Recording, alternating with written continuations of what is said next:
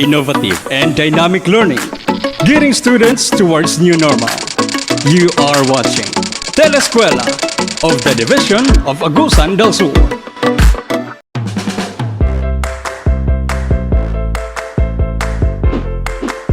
Best morning, dear graded learners in technology and livelihood education in home economics. We are happy to bring you to another day of fun learning activity. You will be watching the first episode of PLN Home Economics 8 Module 1. This module is composed of 2 interactive learning activities, so don't fail to participate in order to learn the important information concerning proper measuring techniques. I am Teacher Hannah and I will be with you for the next 20 minutes for the module that we will be discussing today with the title, Measuring of Dry Ingredients.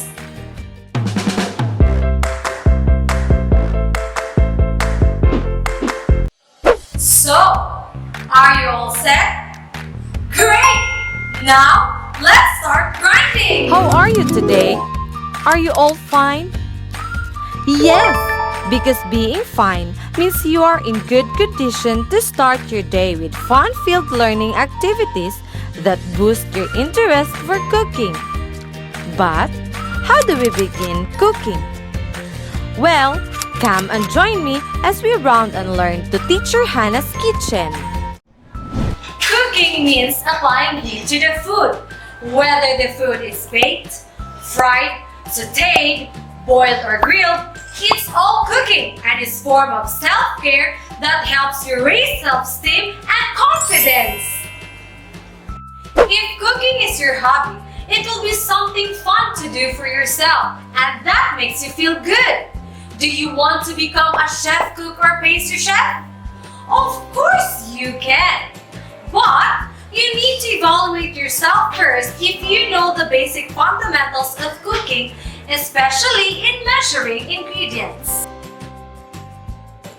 Now, are you ready to mix up the flavor in cooking that will measure your ability and skills in the kitchen?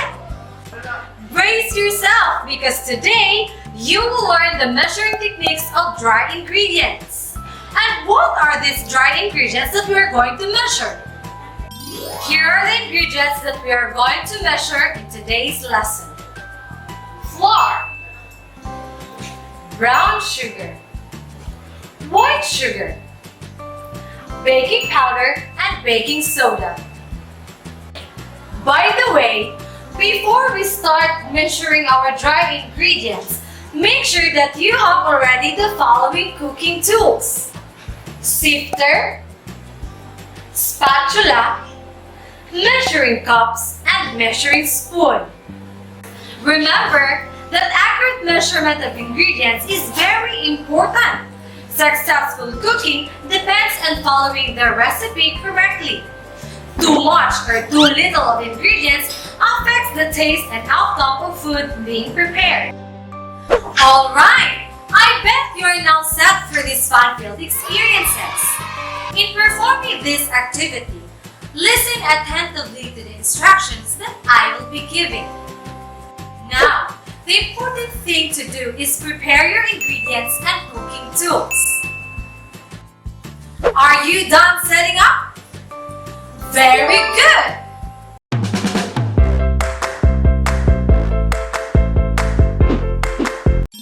Now let's proceed and follow the steps in measuring the ingredients. This instruction is for you as the performer.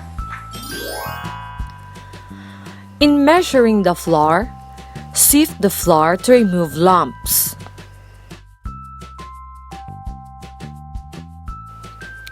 Scoop sifted flour into measuring cup and heaping it well.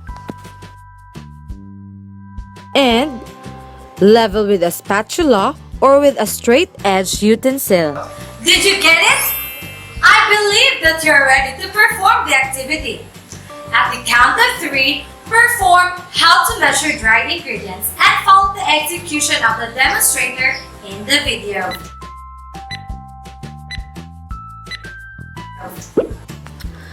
Measure the flour by sifting to remove lumps.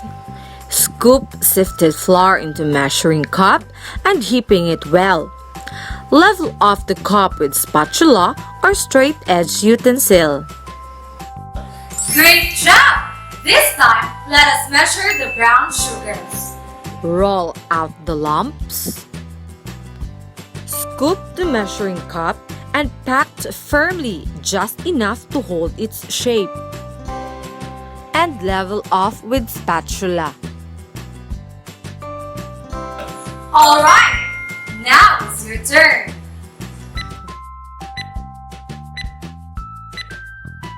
Roll out the lumps.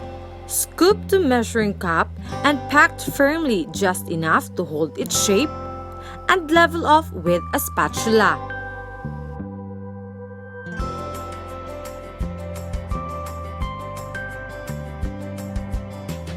Perfect! It seems that you're now a good cook or baker. For the next activity, we will measure the white sugar. Fill the cup until overflowing. Do not shake the cup and level off again with a spatula. Now, your turn.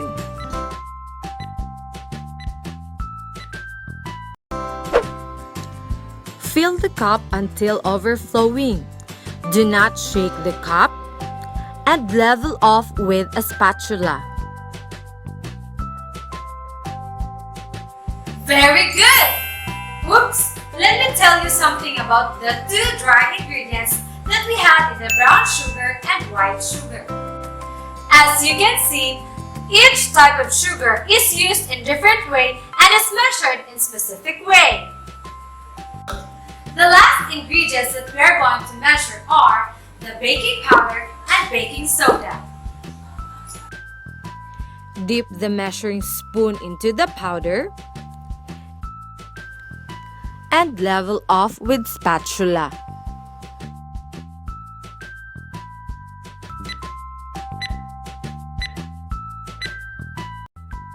Dip the measuring spoon into the powder and level with a spatula or with a straight edge utensil.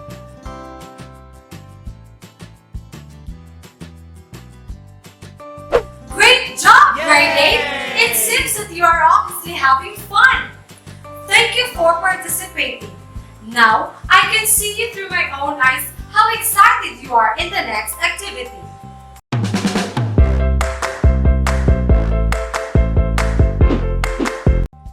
This time, let us have another fun-filled learning experience. In doing this, listen attentively to the instructions that I will be given because this is for you to demonstrate. Measure the following ingredients using the given measurement. Please be honest in giving your scores. I am going to give you 5 seconds to measure each ingredient. Are you now ready? I bet you are ready. Measure the 1/2 teaspoon of salt.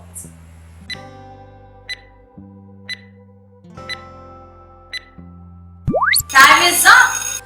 Very good, grade 8. With the same process, measure the 3/4 cup brown sugar.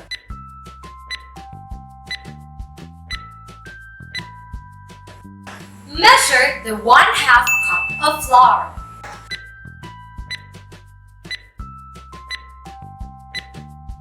Wow! Seems that you already mastered the measuring techniques. Moving forward to the last 2 ingredients, measure the 1 1/4 cup of white sugar.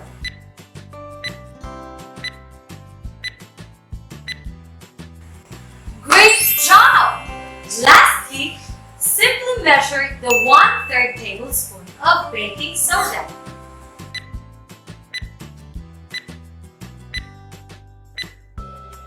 How was the activity? Were you able to observe the proper way of measuring dry ingredients accurately with no mistakes? In scoring your work, you have to record the times taken in every ingredient on how many times you were able to make mistakes during the measurement. How are your scores? Do you think they gave you the satisfaction of your hard work you've done today? Those were just few of the measuring techniques of dried ingredients that we need to measure in a specific way. By the way, let us have a review. What are the 4 ingredients have we measured today? First is flour. Second is brown sugar. Third is white sugar. And lastly, baking powder or baking soda. For the next episode, we will discuss and perform the measuring techniques in liquid ingredients. For the meantime, I propose that at your convenience, you would perform the activities and provide evidences in our work by taking pictures and sign your assessment results. So, that's it. I really had fun learning with you, and I hope you did too. Again, I am Teacher Hannah, your teacher in TLE Home Economics A. I will see you again for the second episode of this module as we discuss and perform the next 2 skill-related activities in measuring ingredients. Have fun learning, stay home, and keep safe. God bless us all.